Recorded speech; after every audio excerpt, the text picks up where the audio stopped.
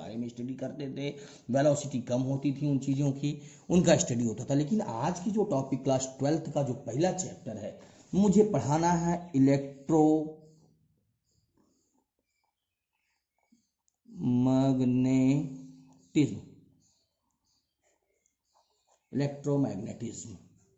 Electromagnetism is that branch of physics where study about the charge,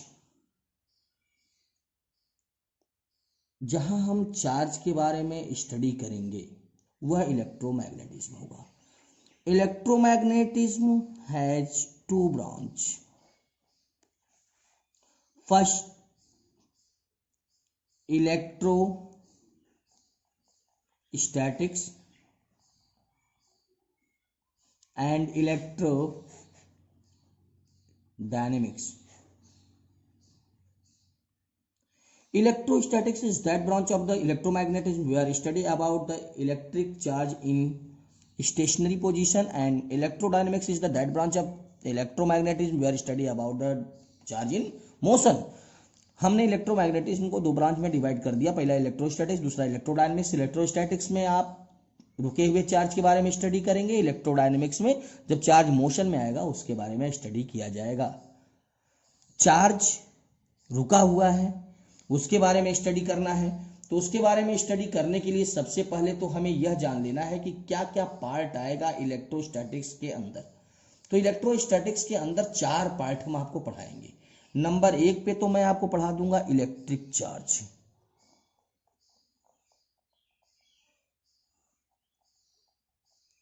and Coulomb's law.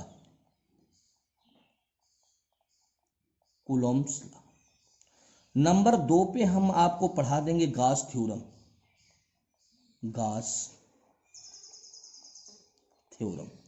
Number 3 पे हम आपको पढ़ा देंगे इलेक्ट्रिक पोटेंशियल। और चौथा पार्ट हम आपको पढ़ाएंगे कैपेसिटर। तो आज हमारी जो चर्चा होगी सिर्फ इलेक्ट्रिक चार्ज पर ही होगी। लंबा टॉपिक है electric charge. What is electric charge? Electric charge, that property of a matter which gives rise to electric and magnetic effect। या आप यह भी कर सकते हो, electric charge is the property of body which produce the magnetic or electric field or effect is called the electric charge। जो magnetic और electric field को प्रोड्यूस करता है इलेक्ट्रिक चार्ज होता है। बात यह आती है कि इलेक्ट्रिक चार्ज की कहानी अगर आपको बताइए कैसे कैसे चार्ज, अरे हिंदी में सीधे समझ लो, चार्ज माने गुस्सा, आवेश। माने हम आपको तमाचा लगा दे, रसीद कर दे तो क्या होगा? आप चार्ज नहीं हो जाएंगे? चार्ज हो जाएंगे भाई, चेहरा लाल हो जाएगा, नहीं हो जाएगा? तो यह भी तो इलेक्ट्रिक चार्ज है। तो यह चार्ज है। तो चार्ज क्या होता है? जब दो बॉडी आपस में फ्रिक्शन की जाती है, रगड़ी जाती है, रब की जाती है, तो चार्ज प्रोड्यूस होता है। इसका मतलब यह हुआ कि हमें यह जान लेना होगा कि चार्ज की यूनिट, एसआई यूनिट क्या है। एसआई यूनिट ऑफ चार्ज जो होता है वह होता है कूलॉम। इसकी अदर यूनिट भी होते हैं चार्ज के। एसआई यूनिट तो कूलॉम होगा, कोई पूछा तो बता देंगे कूलॉम भाई इसका चार्ज का यूनिट। इसके अदर यूनिट्स क्या क्या होते हैं? सीजीएस में अगर यूनिट की बात की जाए तो इसका सीजीएस में यूनिट होता है ईएसयू, इलेक्ट्रोस्टैट ऑफ यूनिट। क्या होता है electrostat of unit? 1 coulomb charge is equal to 3 × 10⁹ ESU, electrostat unit. इसकी मैग्नेटिक यूनिट क्या होती है? EMU, electromagnetic unit.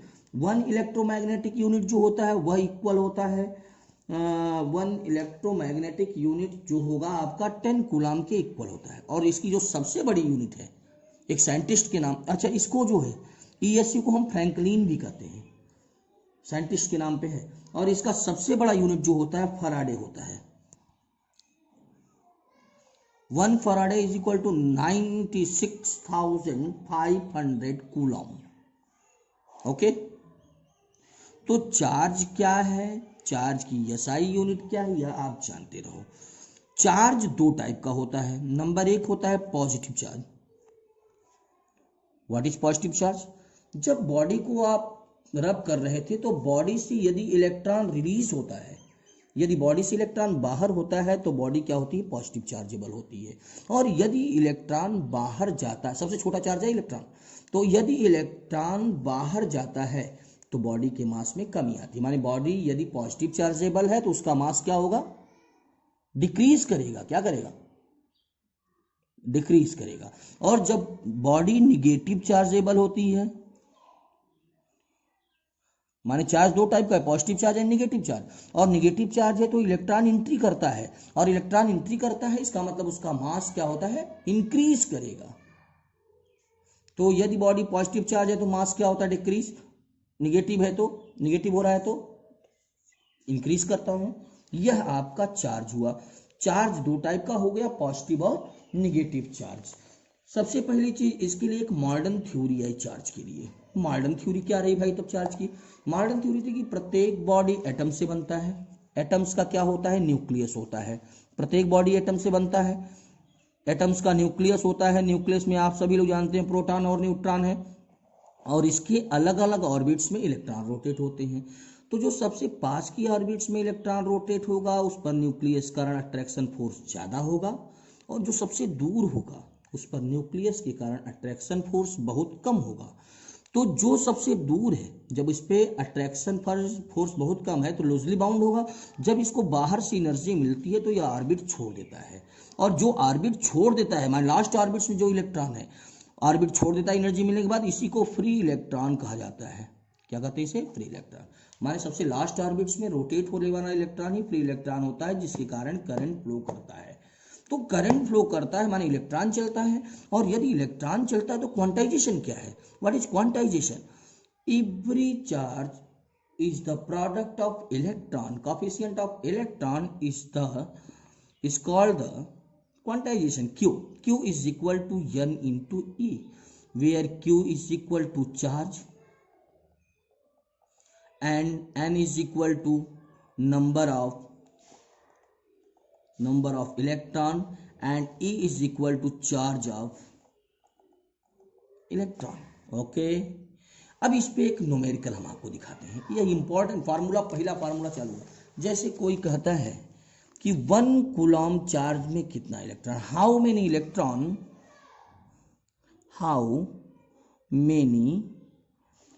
Electron in 1 coulomb charge. 1 coulomb charge, 1 coulomb charge में कितना इलेक्ट्रॉन? तो आपको मालूम है Q बराबर N into E. Q is equal to N into. Q मतलब charge, how many charge? 1 coulomb charge. N number of electron जो आपको फाइंड करना है। E charge of electron, charge of electron होता है 1.6 into 10 power minus 19 coulomb. Transfer कर लो आप। N is equal to 1/1.6 into 10 power minus 19। आप सॉल्व करो, नीचे पावर माइनस है, ऊपर जाएगा तो क्या हो जाएगा? प्लस हो जाएगा। 10 पावर 19 अपॉन 1.6, डेसिमल हटाने के लिए नीचे 10 से मल्टीप्लाई तो ऊपर भी 10 से मल्टीप्लाई, तो ऊपर हो जाएगा 10 पावर 20, नीचे हो जाएगा 60, जिसे आप लिख सकते हो 100 इंटू, माने 2 पावर कम कर देंगे यहाँ पे 18 अपॉन 16, जो लगभग 6 इंटू 10 पावर 18 के अप्रॉक्स आएगा। माने 1 कूलम चार्ज में इतना इलेक्ट्रॉन रहता है। सोच लीजिए कि 1 कूलम चार्ज है तो कितना इलेक्ट्रॉन रह सकता है। 1 कूलम चार्ज में लगभग 6 गुणे 10 घाते 18 इलेक्ट्रॉन रहते हैं। तो प्रॉपर्टी ऑफ चार्ज क्या होता है? चार्ज को चार्जिंग करने का मेथड क्या, किसी बॉडी को चार्जिंग करने का मेथड क्या होता है? नंबर 1 होता है फ्रिक्शन द्वारा हम चार्ज कर सकते हैं बॉडी को, नंबर 2 पे होता है कंडक्शन से, और तीसरा होता है इंडक्शन द्वारा। ठीक है, चार्जिंग बाय इंडक्शन। तो यह चार्ज करने का बात हमने बताया कि 3 तरह से मैंने चार्ज कर दिया। फ्रिक्शन से, ज़्यादातर हम लोग फ्रिक्शन से ही बॉडी को चार्ज कर सकते हैं, कंडक्शन से भी कर सकते हैं। तो आइए क्या होती है इसकी प्रॉपर्टी, वह देख लिया जाए। चार्ज में, चार्ज जो होता है एडिटिव ऑफ इलेक्ट्रिक चार्ज। अगर सपोज करो कोई बॉडी छोटे छोटे चार्जों से मिलके बनी हुई है तो इसका टोटल चार्ज इनके सम के इक्वल होता है। ठीक, और यदि एक चीज और है जो आपके कोर्स में तो नहीं है लेकिन हम बता दे रहे हैं, क्वार्क मॉडल। क्वार्क मॉडल क्या होता है? जैसे इलेक्ट्रॉन से भी छोटा होता है क्वार्क। क्वार्क क्या है? क्वार्क मॉडल में बताया गया है क्वार्क 6 होते हैं। अप क्वार्क, नंबर 2 होता है down quark, down quark, number 3 होता है charm quark, charm quark, number 4 पे है स्ट्रेंज, फिर टॉप, और इसके बाद होता है बॉटम। यही 6 क्वार्क हैं। इन्हीं 6 क्वार्क से आप प्रोटॉन और न्यूट्रॉन बना सकते हो। कैसे बना सकते हो प्रोटॉन और न्यूट्रॉन? अब हम आपको बता दें, जो क्वार्क मॉडल होता है इसकी वैल्यू जो होती है, अप क्वार्क हो या डाउन क्वार्क हो, तो अप क्वार्क का या चार्म क्वार्क का या टॉप क्वार्क की जो वैल्यू होती है 2e/3 होती है प्लस में। यह अप, चार्म और टॉप की बात मैंने किया। जबकि डाउन, स्ट्रेंज और बॉटम की जो वैल्यू होती है -e/3 होती है। और इसी से यदि हम 2 अप और 1 डाउन मिला दें, 2 अप मिलाएंगे तो 2 दूना 4 इलेक्ट्रॉन, प्लस -1 डाउन मिला देंगे e/3, तो कितना आएगा 3 और 3/3 माने 1 इलेक्ट्रॉन। क्या बनेगा साहब? एक इलेक्ट्रॉन बन जाएगा, और वो भी पॉजिटिव होगा। तो यह इलेक्ट्रॉन यदि पॉजिटिव आता है तो इसी को कहते हैं हम प्रोटॉन। समझ में आ गया? प्रोटॉन कैसे पैदा होता है? 2 अप से और 1